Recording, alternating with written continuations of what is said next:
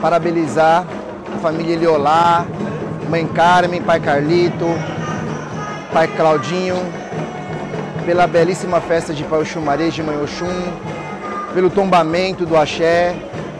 Vocês são merecedores e que vocês continuem prosperando, tenham saúde e vida longa, que essa casa continue crescendo e que sempre a casa esteja cheia de bons amigos e que Oxum Maré, Oxum, Oxóssi nos dê saúde, vida longa, prosperidade, que eu amo vocês. Que eu entrego para a mãe Carmen, tombamento, processo de tombamento.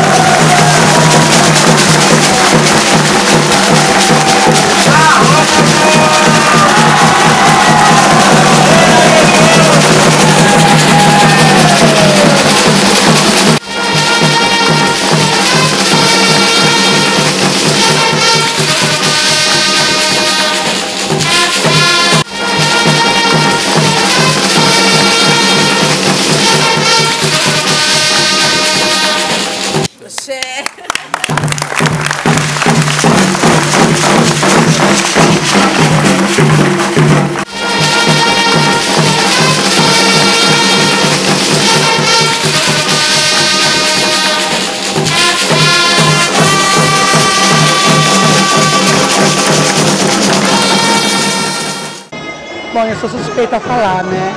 Essa família, pra mim, é tudo. Eu gosto muito deles, tenho uma maior afeição por eles.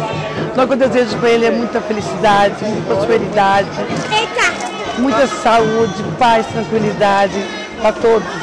Carlito, mãe Carmen, Claudinho e Leolá, né?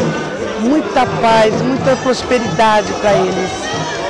Que esse tombamento venha de muita felicidade para todos. Oxum abençoe vocês todos.